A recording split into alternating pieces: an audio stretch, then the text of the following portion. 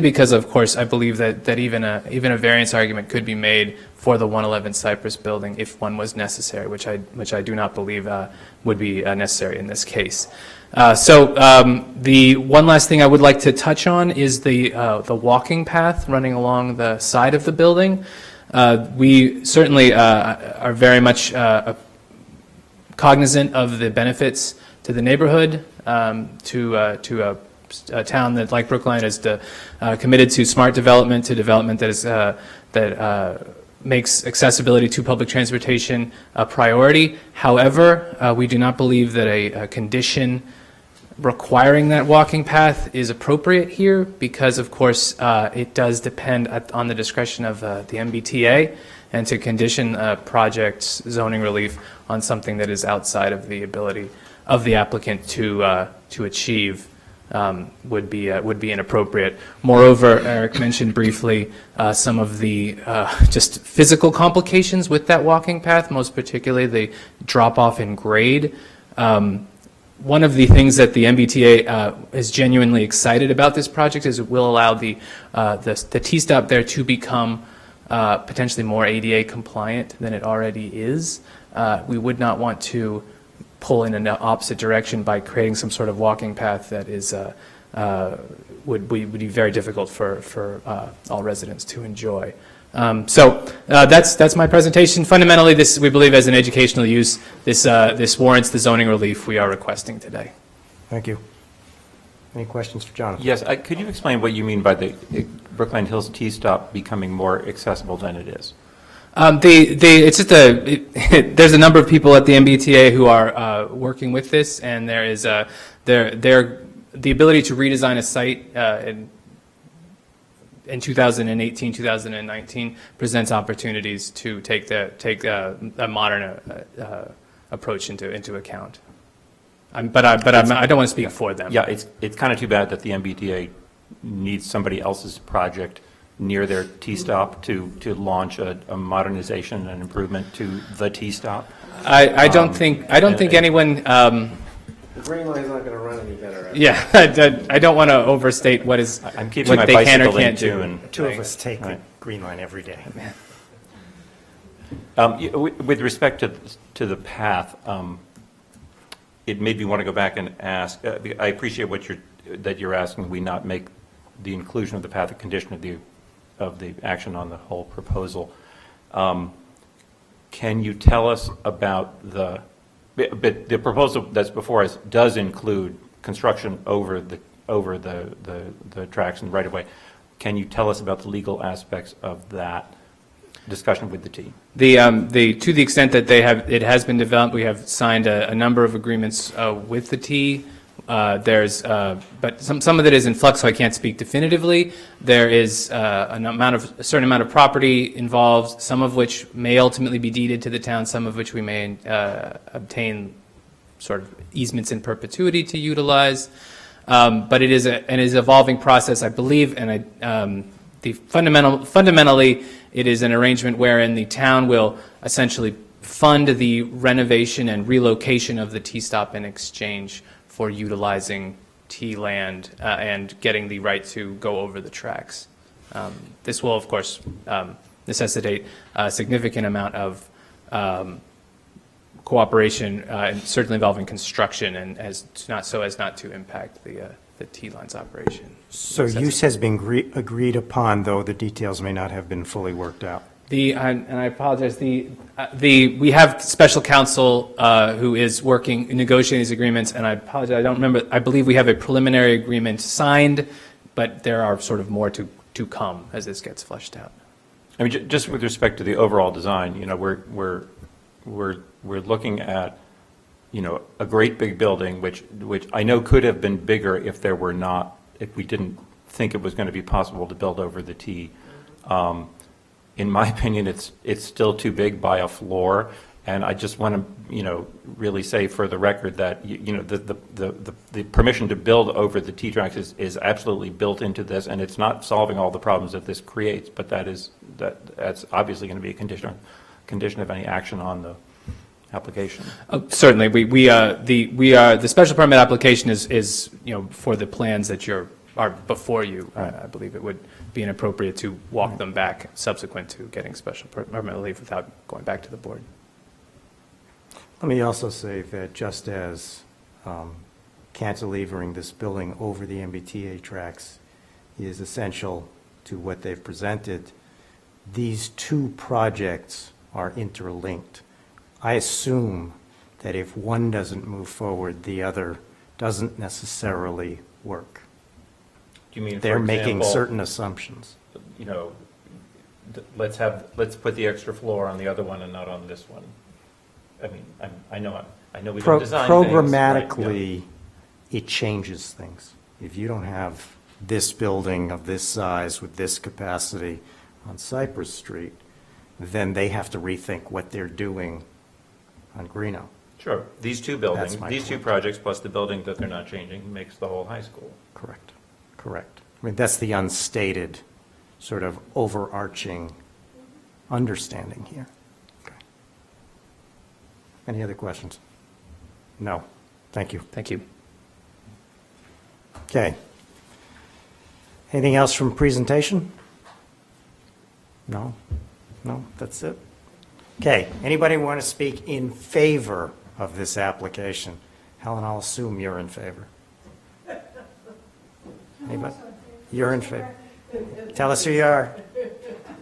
Nancy Hart. Thank you. Anybody else? I'd like to speak in favor, co-chair. Speak loudly, George. Tell us. George Cole, Building Commission, co-chair of the high school building committee.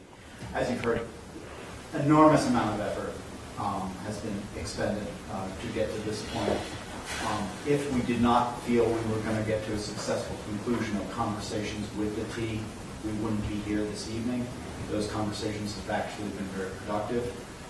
We're almost to the point of getting into specific terms of an agreement. We have specifically selected the team of William Ron, Hill International as our OPM, and Skanska Construction because of their specific and deep experience with the T. The T feels very comfortable with the team, and they are very anxious to get this project done as well as evidence that they can actually work with another party on the trapways. So all in all, we're optimistic that we'll have an agreement with the T in the next 6 months, and what you see is what we have. Great. Thank you. Anybody else? In favor? Yeah. Or speak very loudly. John Murphy, I live at 19 Brington, which is direct to butter. My wife and I live on the first floor. I wish the building was half the size at Cypress, but I know it can't be. And I have faith that that you guys and the architects have done what they've done. I appreciate that they've done the right side to lower that. I think that's in good faith. Programmatically speaking, I know that's what has to go there. My son just graduated from high school this spring, and very crowded place. It's only getting more crowded. I know you can't add to the roof of the existing building. You can't add to the parking lot. So, and it's not the 40B. So that's where, a lot of it comes down to that. We really appreciate that this is the optimal site for this building. And again, yeah, I wish it was smaller. I work in the little room right next, going to be staring at this thing. It's going to be a lot of shadows, but when we moved here 12 years ago, I knew that something was going to go here eventually. And I'd rather have it be this. The 40B was a building. This is a piece of architecture. I think it's a wonderful building. And that's about it. I mean, there's other details. I know stuff to be worked on in terms of our parking and all that stuff, but I trust that'll happen in good faith. So, thank you. Thank you. Anybody else? No. Okay. Anybody here want to speak in opposition? Sir.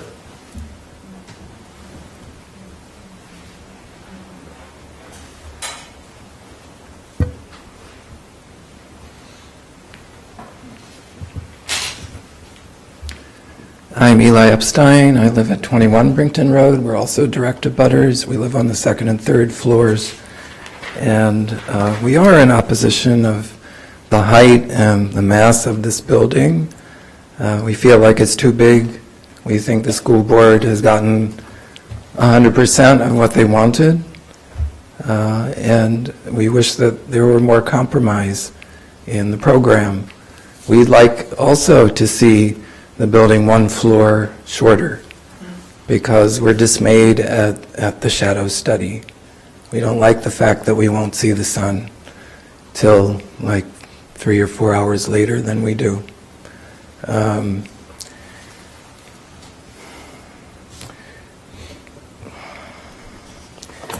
A lot of things have been covered. I'm concerned about access to our deeded parking spaces. I'm especially concerned about the pedestrian link issue. When I look at those plans and I see our parking spaces and I think about a steady stream of people at rush hour getting to the T, sometimes walking, sometimes running to the T, and thinking, well, how am I going to back up into that stream of people? It turns into a safety issue. I also think of the loading dock, delivering food to the school in the morning at rush hour. That turns into a safety issue. So I hope that, I think either our parking space position on the plan needs to be reimagined, or something's got to give if that's going to go through. I just think it's like an accident waiting to happen, or we just never get to work, So that's a big concern. We're concerned about security. Valerie and I, we feel like there needs to be a permanent barrier between the school property and our property with a secure locking gate, because our backyard is easily accessible at this point. Anyone could walk in there, and we didn't want any curious ninth graders just coming into our backyard. If there is a pedestrian link to the T, all the more reason for security that's sort of built into this plan. Is there an existing fence? There is an existing fence. There yes. is. There's a wooden fence, And of what height? 6 feet. 8 feet from our side, which is why we have. And in the proposal, is there a proposal for continued existence of a barrier of some kind? Yes, to be determined exactly what it is right now. Okay. Thank you. Yeah, we would like to have input into what that looks like, what it's made out of, and how secure it is. I think security is a big issue for Valerie and I.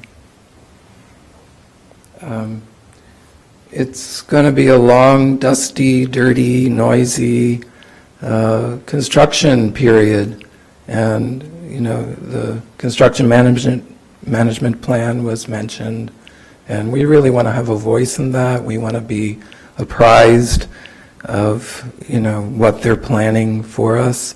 And I think just generally in the neighborhood, the sentiment is that the more mitigation that you guys can provide for the neighborhood and us as direct abutters, the better. That we, if this building goes forward as planned, as huge as it is, that, we just hope that you'll keep some of our needs in mind, that, it really is out of scale for the neighborhood, and we're really put upon. So, just listening to other people talk about, yeah, well, we can do this because this is a school, we can get what we want because it's a school, that might be so, but we want to feel like our needs are being heard, and not just heard, they've had many, many meetings, that's true, and there will be many, many more. We don't just want to be heard, we want these concerns acted upon, that you really do take them seriously, not just, well, it's your tough luck that you live next to this place. So we hope that you take it seriously. I think you're taking it seriously, and I hope that you can show us that you're taking it seriously. So those are my thoughts. Thank you. Anybody else? Ma'am?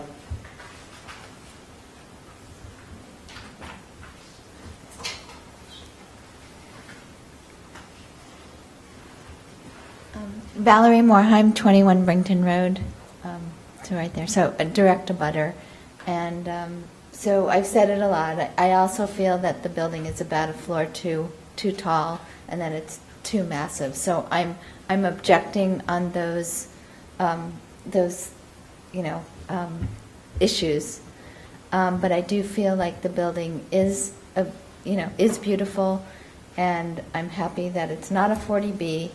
I want to just reiterate that I do want input into what's going to happen with the landscaping and the barrier and the noise and dirt mitigation and just some input with the construction management plan in terms of just taking care of our property and just what happens at the end of construction when we have dirty windows and our paint is peeling because of 2 years of construction dust and just all kinds of stuff. So I would like some, sort of help with sort of easing that burden that's going to be on our property particularly.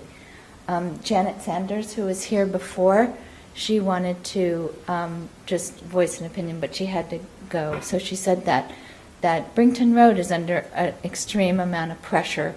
And so anything that the town can do to minimize that pressure with not being able to get out of our street because of all the traffic on Cypress and just all the parking issues on our street because of the Brigham and Women's Physician Organization now.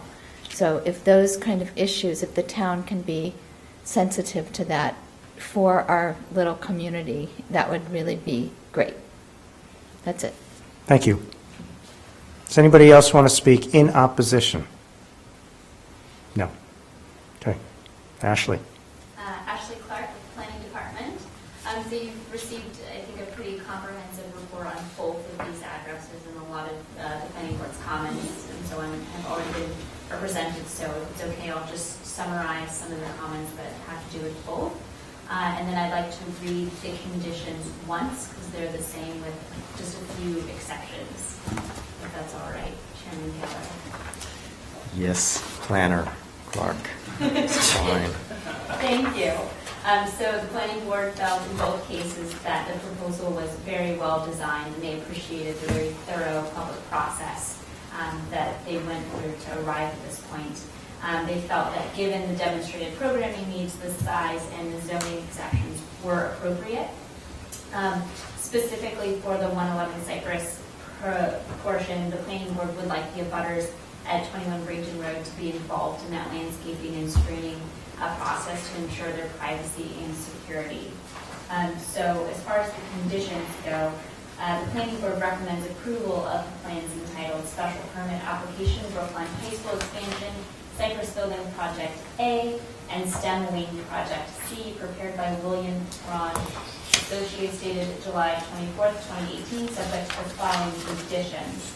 Prior to the issuance of the building permit, the applicant shall submit final stamped site plan, floor plans, and elevations indicating facade details, colors, materials, windows, and rooftop equipment, subject to the review and approval by the planning board. 2, prior to the issuance of the building permit, the applicant shall submit a final landscaping plan stamped and signed by a registered landscape architect, subject to the review and approval by the planning board.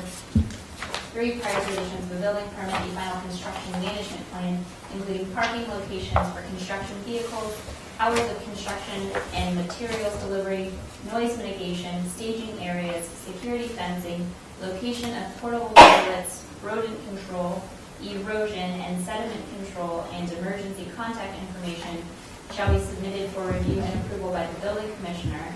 A copy of the approved plan shall be submitted in electronic form to the Planning and Community Development Department. 4, prior to the issuance of the building permit, the applicant shall submit to the building commissioner for review and approval for conformance to the Board of Appeals decision. A final site plan stamped and signed by a registered engineer land surveyor. B, final floor plans and elevations stamped and signed by a registered architect. C, evidence that the Board of Appeals decision has been recorded at the Registry of Deeds. And finally, prior to the issuance of a certificate of occupancy, complete as-built plans certified by a registered architect as in compliance with the approved plan shall be prepared and filed with the building commissioner. So those are the conditions that are the same for both. The 111 Cypress building, The planning board recommended that the landscaping plan show the proposed walkway connecting, and I think at the planning board meeting, people were excited about this path, but after some time, some neighbors realized that there might be impacts, such as the security that I believe the residents at 21 Brington mentioned.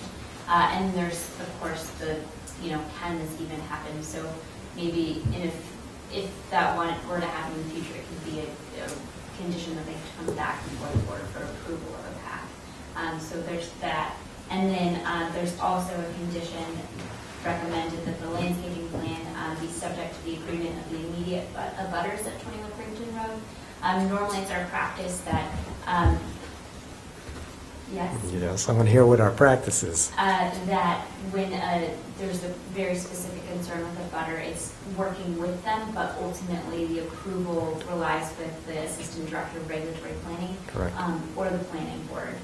So that's generally what we do here. I think it would be appropriate in this case as well, but I definitely think it's important that. So the question we frequently ask the petitioner is, does the petitioner want to volunteer for the condition? And I'll throw that out now. You don't have to answer it immediately, but before we decide and after our discussion, I'll ask you again. So there is a proposed condition should the board vote in favor of these projects. There's a proposed condition that's been added to the Cypress Street project. And that condition is that the landscaping plan shall be subject to an agreement of the immediate abutters at 21 Brington Road. And Ashley's correct.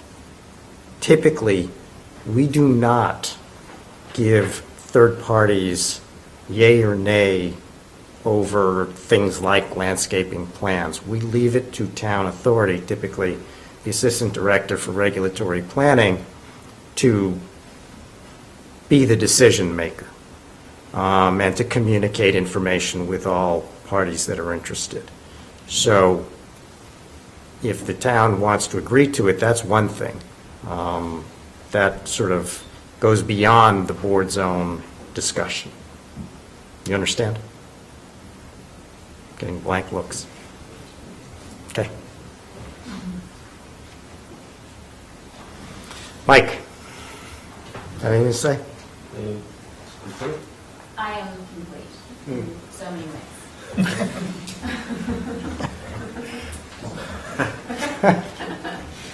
Mike Yanovich of the Building Department. Not much to say. I think the design team covered the project pretty well here. I think this is a very well-designed project, given the fact that the constraints around the property and lot lines and ownership and cantilevers and height variances from Cypress to Tappan. I think I invoked Dover at one point in our meetings to stop the meeting, so I didn't have to talk about it anymore. No, it's very well designed. I'd just say to the abutters, if the board does find that this meets the criteria or meets 48 Section 3, that we will be diligent with the construction management plan, as we have during progress during the Coolidge Corner School. There will be some inconveniences, but we are available. We have been available, and we'll be on top of the contractor. So, with that said, again, the building department doesn't have any objection. I think this has been well vetted through the process, as you can see by the number of meetings that have taken place, both with the school community and with the neighborhood. So if the board finds that this does meet the criteria, we will continue to work with both the neighborhood as well as the contractor and the school community. Mike, a couple questions for you. First, the methods by which the setbacks and the requirements have been undertaken, their math is correct? Correct. They've done it correctly? I don't know, we probably had half a dozen meetings, 15, 20 emails going back and forth. We debated back and forth our interpretations of the way that we figure height. I mean, look, setbacks, we could probably go all the way to the SJC with some interpretations of setbacks and cantilevers and over with our definition of street and public way. But, yeah, we went back and forth with the calculations, and in So fact, you're comfortable with their Yes. calculations? Right. Okay, okay. And I just want to sort of respond to concerns about construction. Brookline is not a loose and mellow town. We don't operate in a vacuum. The town has very specific requirements for construction, and these construction management plans, in particular these that apply to these two structures, should they be approved, are going to be quite detailed, correct? correct. Okay. And some of those things would include? Laydown area, as we heard with the proposal possibly, and the town's project managers here also may be able to speak to it, but there's proposals for laydown areas that are being worked on now for in the pre-construction, trucking routes, dust, work hours are always reiterated. So all of those things will be covered. We're out Pre-construction audits? Correct. Whole thing? We're out on a daily basis, the inspectors, myself, Dan Bennett, the building commissioner. Historically, municipalities don't just drop in on sites to review what's going on. You'll show up for status here and there, but we found lately, whether it be the Coolidge Corner School, our 40Bs that are starting to flower out of the ground, I think is that appropriate? Flower out of the ground. Trying to be as flowery as possible with my language. As those have coming out of the ground, we're finding we're making more visits to these sites to look and see what's going on and to answer some of the concerns of a butter. So we're on top of it. We do the best we can. Unfortunately, it's about 60-40 at this point, where 60% of what we're doing are visits that are not construction inspection related. They're making sure that the site is running appropriately, that the scrim or the hay bales. I'm simply trying to reassure the neighbors that this is not simply going to happen with no oversight and no planning in advance. Brookline has very specific regulations and enforcement procedures for construction of this type, which is my point that this is not going to happen in a vacuum. It'll be well regulated. And that's the meaning, frankly, of the proposed condition about a construction management plan. Okay. Thank you. Anything else for Mike?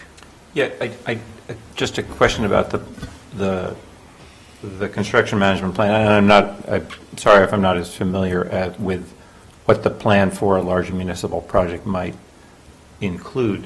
We've got, and this is partly also a precedent question. I note that we've got a condition, and I'm still talking about 1921 Brinkton Road. There's a proposed condition about the landscape plan. That's part of the design, right?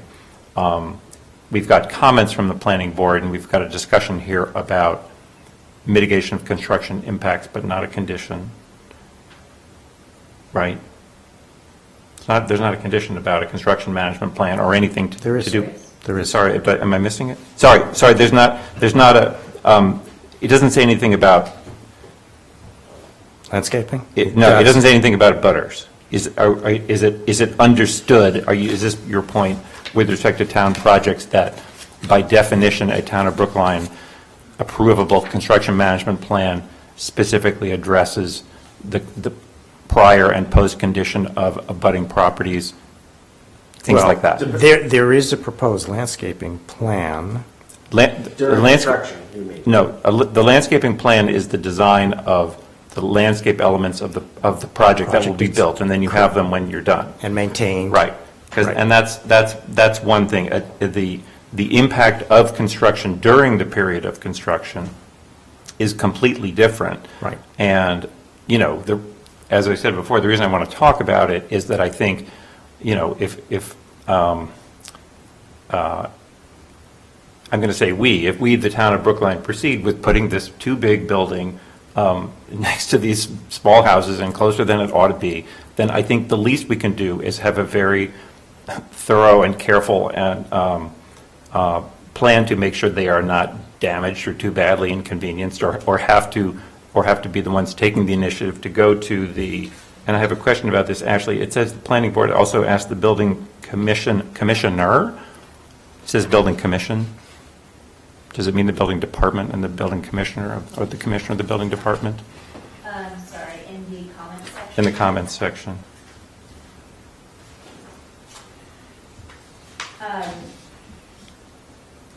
think it's several building commissioners. Take a look at Okay. condition 5. Building commissioners.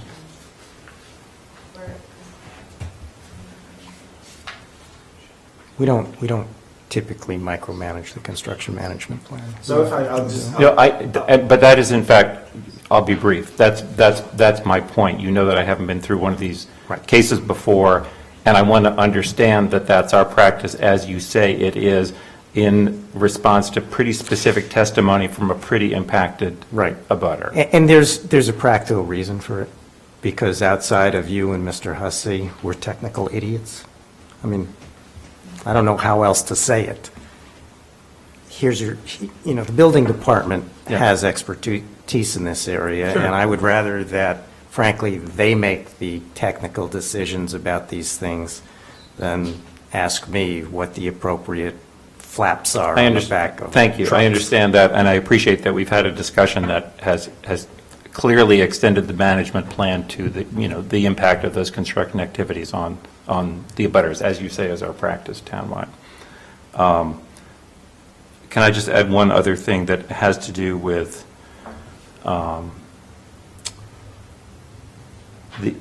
just going back to a comment about containment of lighting, because again, I think this is a typical source of friction between large buildings and small buildings, and especially town buildings and residential buildings. The town of Brookline has a poor record in this area. I can take you to Old Lincoln, to New Lincoln, to Pierce School, to the Unified Arts Building. After the fact and down the road, someone in the town is going around putting unshielded, high-intensity, wall-mounted light fixtures on these buildings. They don't meet the requirements of the zoning bylaw. I kind of got tired of chasing the building department about them. It would be better if they didn't get put on in the first place, especially because they're town buildings and especially facing into public ways. So, Would you want to add a requirement for a lighting plan to be approved by the appropriate authority for the town? And then you have a plan indicating with respect to design, I've got pretty good confidence in the architect's comments about the design of it. I'm talking about down the road, and just while we're talking about impacts on neighbors, it's the size and the proximity of this building and the fact that it's got a vehicular area facing these abutters. It makes it one of these areas where the town would do that in the future, and I hope they don't. Okay. But I'm not asking for a condition of it. Okay, I get it. Okay, thank you. I appreciate the comment. Okay. Discussion, vote.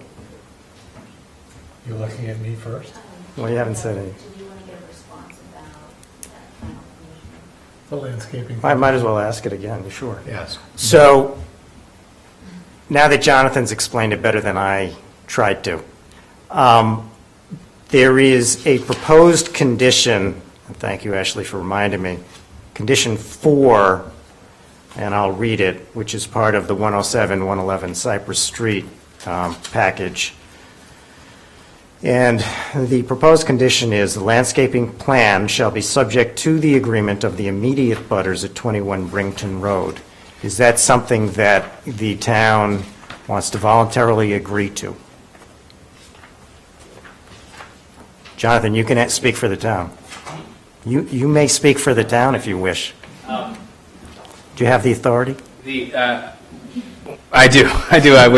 We had a quick little powwow during the meeting, and we believe that the standard policy here of bringing in the planning department would be the best course of action here. But we have and we can continue to have discussions with the direct abutters and make sure that their input is factored in. Thank you.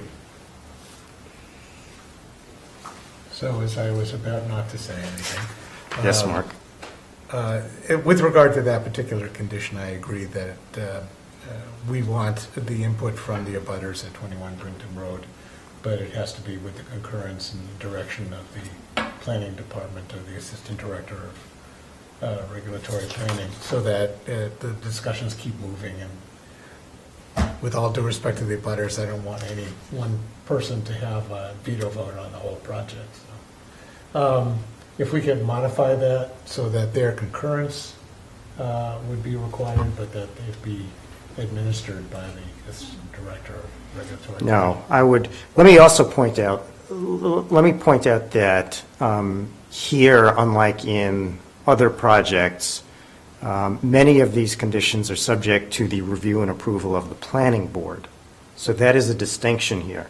If the planning board is in open meeting, will they receive notice? As the butters. As abutters, they will. And they will have an opportunity to speak and to see exactly what is going on and to participate in the process. But in terms of giving them effective veto power, I would absolutely not be in favor of it, simply because we don't, it's not something that and I'm trying to think of any case where we've done it, and I cannot think of a single case where we've done it for practical reasons. Applicants to cooperate. So they'll have an opportunity to participate with the planning board review, and I think that's more than adequate. No, well, all right, that's essentially my point, is that they didn't have veto power, but they will be consulted and they have adequate Right. opportunities. Right. And that's the important thing, that they can participate in the process. And so other than that, I think it's a very worthy project. I think the size is driven by the programmatic needs of the school and the town. And I have great faith in our town building department, and construction management will be adequately supervised. I think both projects altogether are very worthy of our granting the relief under the Dover Amendment. Clearly that applies. And there's a lot of work to be done, and I'm sure it'll be done in a positive way. So my approval. Randolph. I think I expressed most of my comments and concerns along the way. As to the conditions themselves, can you just clarify, is the number 3 about the walkway, is that just being removed? You're going to make me talk? Okay. So, yes, everything turns into a question somehow. Well, it's a discussion. Right. I do not believe that it is appropriate to include a condition within the Cypress Street decision that essentially, I mean, it hinges on a decision by a state agency.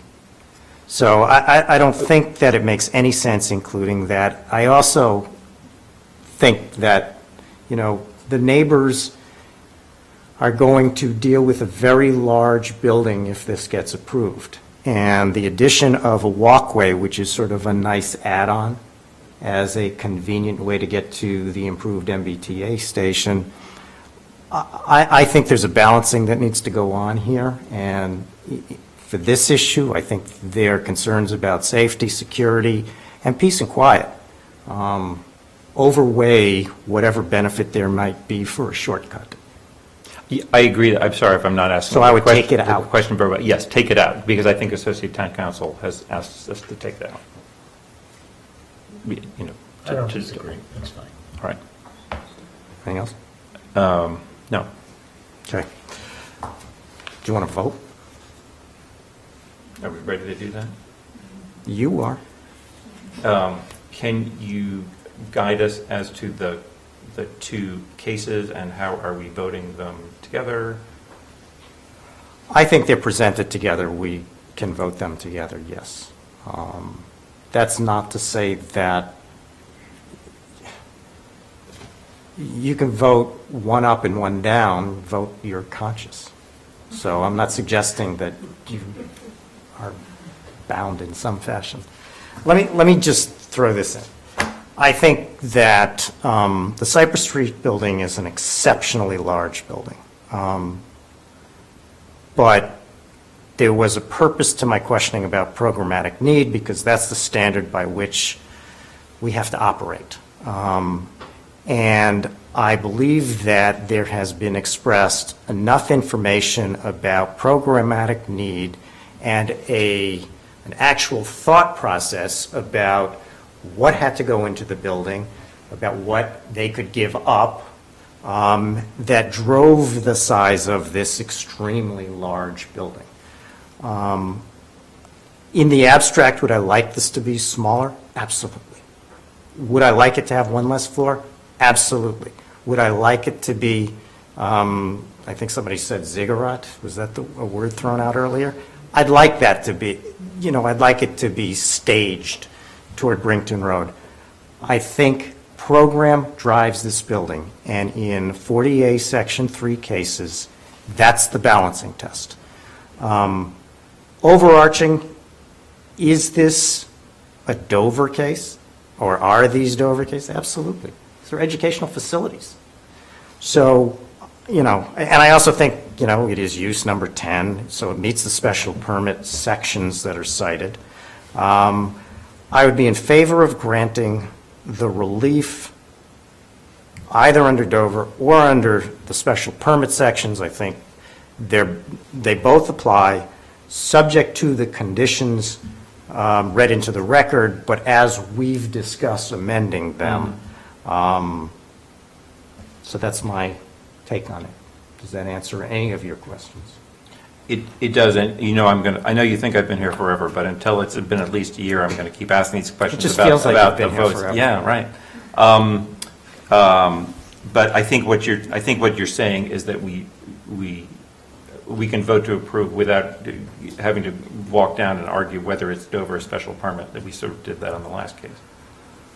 I'm curious. I think in either,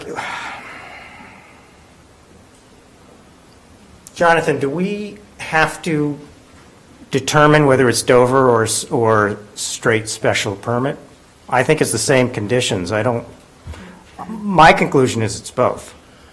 Yeah, I think I would agree. I think go directly to Mr. Michaeljohn's question. I believe the practice is actually that the board acknowledges that it is a Dover exempt use, but grants it a special permit pursuant to the relevant sections. Dover, of course, would exclude it from the zoning bylaw entirely if it were applied directly. But Thank you for reminding me. Yeah, so. Right. It's been a while since I sat on Runkle. That was helpful. Yes, no, he's correct. That is the trickery of what we do here. So we acknowledge Dover, but we say, but our bylaw provides for it because it has a parallel section, and therefore the conditions are allowed. And So actually, I think even under Dover, you could legitimate regulation is permitted. Certainly. I'm sure you want. But I do, Jesse is using trickery because he can do that, and he's been here many years and knows what things. But because you are still sort of learning, I would emphasize that there is value to the town in taking it through a special permit process, even in situations where either case law or statute would exempt it, simply because we end up with a standardized process and a standardized result that is much easier and clearer both for staff as well as for the public at large. So there's value in splitting that hair, so to speak. So, do you want to vote? Yeah, People want to go home. And if I without making too long a sentence, acknowledging that it enjoys the protections of the Dover Amendment, I would vote in favor of a special permit for the relief as requested for the two projects, with the conditions that as you've described. Okay, what I would like to do is, if people would bear with me, I want to make it clear for Ashley on the conditions. Okay, I think in the case of Cypress, that's really the one that I want to make sure you understand. So going to that one.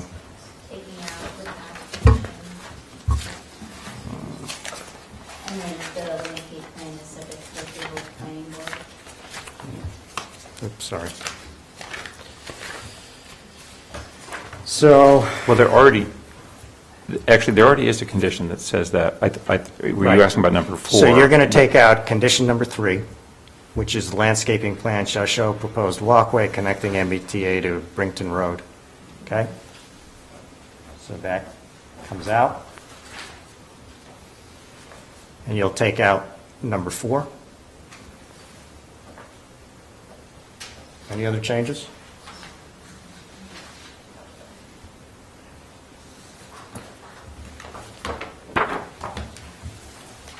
And the conditions on the other one, we can, They're just They're- the as provided.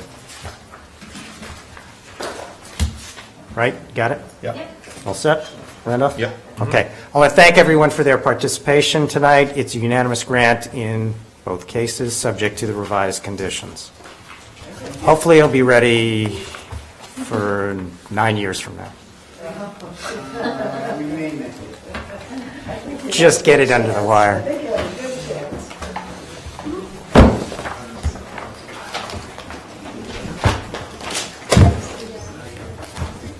Rising first grader then?